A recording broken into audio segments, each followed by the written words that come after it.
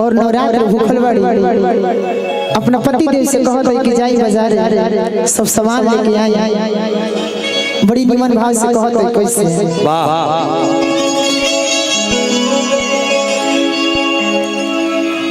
कहत है कि लाला की चुनरिया आरे पनामा सोफरिया जय हन राजू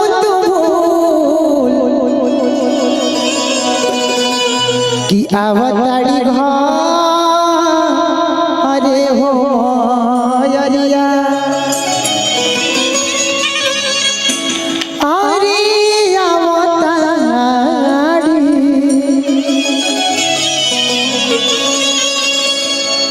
तनी मनी इको कम कर इको तनी मनी कम कर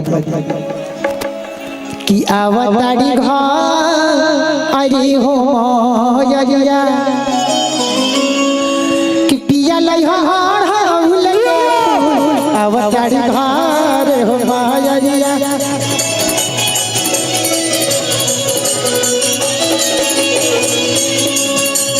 लाला की सुनहरिया पनामा सोफरिया लाला की सुनहरिया पनामा सोफरिया जय हो राजू बाबा बाबा बाबा बबीता है ना जब माई के माँ को जब भक्त बुला रहा है तो झूम के बुलाता है। थोड़ा सा झूमिए तो कैसे थोड़ा सा लाला की सुनहरिया पनामा सोफरिया लाला की सुनहरिया पनामा सोफरिया जय हो राजू अवतारी घरे हो मयरिया अवतारी घरे हो मयरिया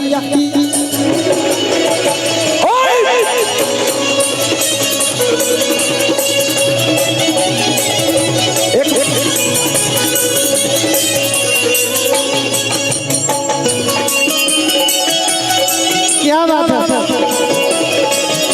अरे जी आओ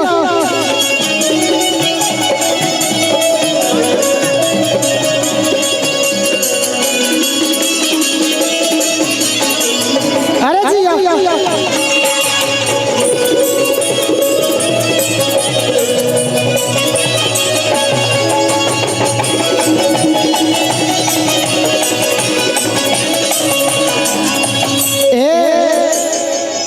मेरा कहत है कि ले ले आई बढ़ौल के फूल आउ का कहत है कि आज चढ़े वाला बनव जातर पिया कि जाके कीन लवा कलसा कोसी दिया। बबीता बबीता बाबू ए बबीता जी जब माँ को बेटा बुला रहा है कि आओ तरी घरे मतरिया तनी हम आग्रह करो कि सीढ़ी लागल बा तनी सीढ़ी से नीचे जाई माता बहन के बीच में आ तनी माता बहन के पर ताली बजवा के रुआ दिखाई आई अरे मंच पे तो रोज गावे आई ना चलो तनी हम चली सीढ़ी कि सोने के सिंहासन मैया डोलले बाड़िया सोने चमक सुनर सुरतिया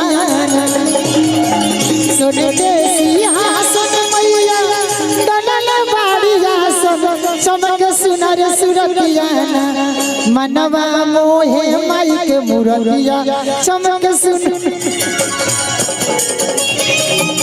खुद एगो सीढ़ी एगो कुर्सी के कुर्सी मनवा मोहे माई के मुरतिया चमक सुनर सुरतिया ना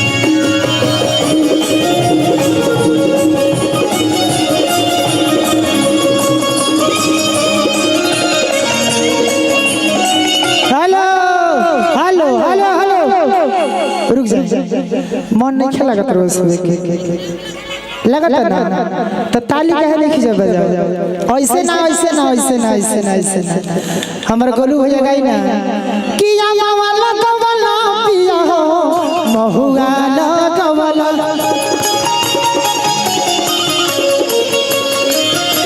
अरे वाला कवला पिया हो महुआ ला कवला काहे ना लगवला पिया हो काहे ना लगवला पिया हो। मेरी बहनें मेरी बताएं, ताली जिसका सुपर किस्मत उसका सबसे सुपर। और ताली बजाएंगे तबे माई खुश रही सबे। बबीता जी भजन गा रही है, भजन में अगर दिल से ताली बजाइएगा तो जानिए कि आपने विंध्याचल पूछ दिया, आपने वैष्णो माता दरबार पूछ दिया। पर पूरा पूरा हाथ उठाइए, सब कोई माँ से जिसको प्यार होगा वो दोनों हाथ उठा ले, दोनों हाथ उठाइए, आइए प्रेम से बोलिए सच्चे दरबार की। तो काहे ना लगवला हो काहे ना लगवला पिया हो अनिमिया के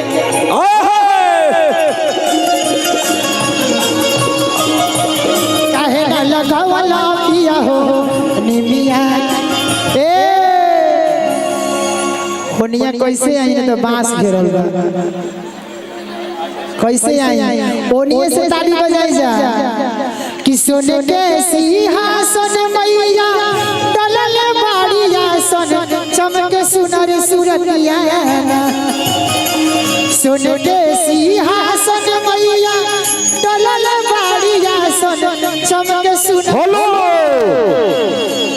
मैं तो यही कहूंगा बबीता जी कि ताली बजाने से मिट जाता है मन का संताप। एक तरफ है रानी लक्ष्मीबाई तो आप है महाराणा प्रताप। थोड़ा दोनों हाथ पूरा पूरा उठा लीजिए। देखिए ये मेरा दल है, आपका दल हार चुका।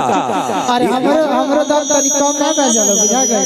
आपका दल हार चुका है, ऐसा मत कहीं। अब देखिए कैसे ताली बजेगा। आमा लगवा महुआ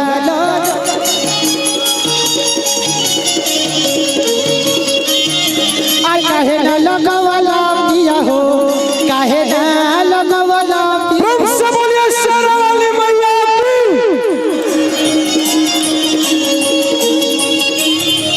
काहे अरे जिया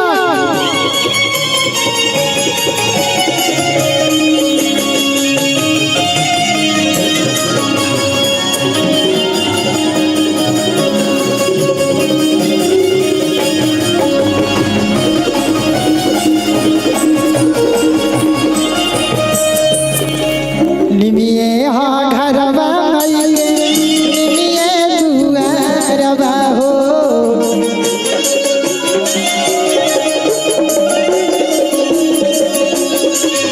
निमिये हा घरवा आइए निमिये दुआरवा हो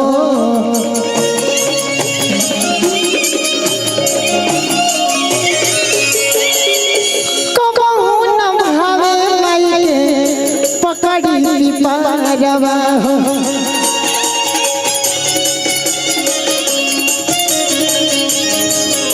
अनार लगवला पिया हो मौसमी लगवला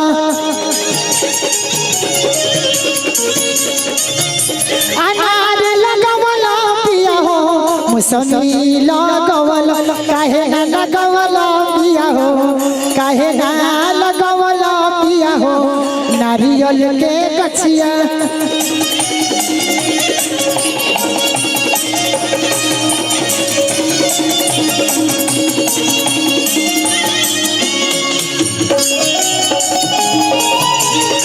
क्या बात है।